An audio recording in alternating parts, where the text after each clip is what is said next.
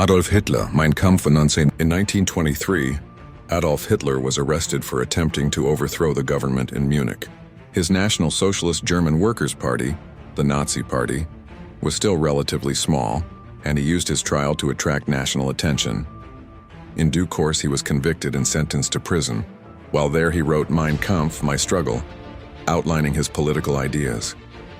Mein Kampf was not taken seriously at first, but it includes many of the ideas the Nazis put in practice in the 1930s and 1940s. SMV Volume 1, Chapter 6, War Propaganda.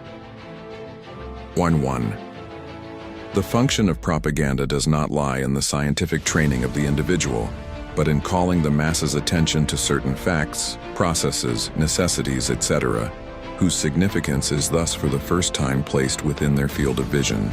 2. The whole art consists in doing this so skillfully that everyone will be convinced that the fact is real, the process necessary, the necessity correct, etc.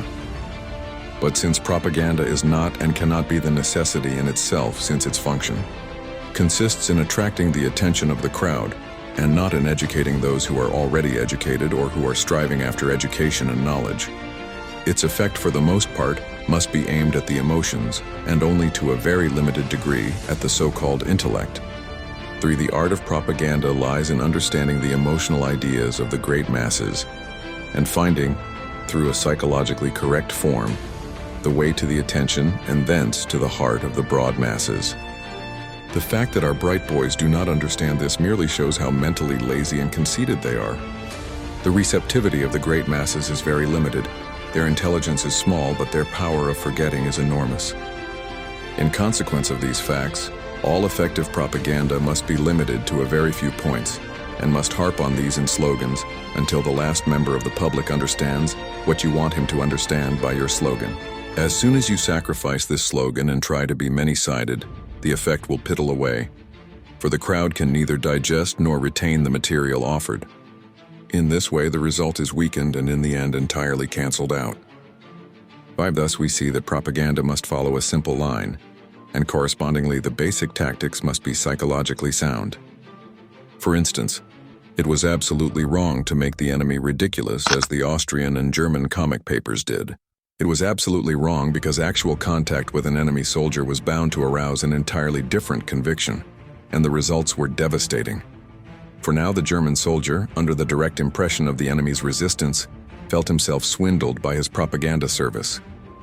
His desire to fight or even to stand firm was not strengthened, but the opposite occurred. His courage flagged. 6. By contrast, the war propaganda of the English and Americans was psychologically sound. By representing the Germans to their own people as barbarians and Huns, they prepared the individual soldier for the terrors of war, and thus helped to preserve him from disappointments. After this, the most terrible weapon that was used against him seemed only to confirm what his propagandists had told him. It likewise reinforced his faith in the truth of his government's assertions, while on the other hand, it increased his rage and hatred against the vile enemy. For the cruel effects of the weapon, whose use by the enemy he now came to know, gradually came to confirm for him the Hunnish brutality of the barbarous enemy, which he had heard all about, and it never dawned on him for a moment that his own weapons possibly, if not probably, might be even more terrible in their effects. 7. The function of propaganda is not to weigh and ponder the rights of different people, but exclusively to emphasize the one right which it has set out to argue for. Its task is not to make an objective study of the truth insofar as it favors the enemy, and then set it before the masses with academic fairness.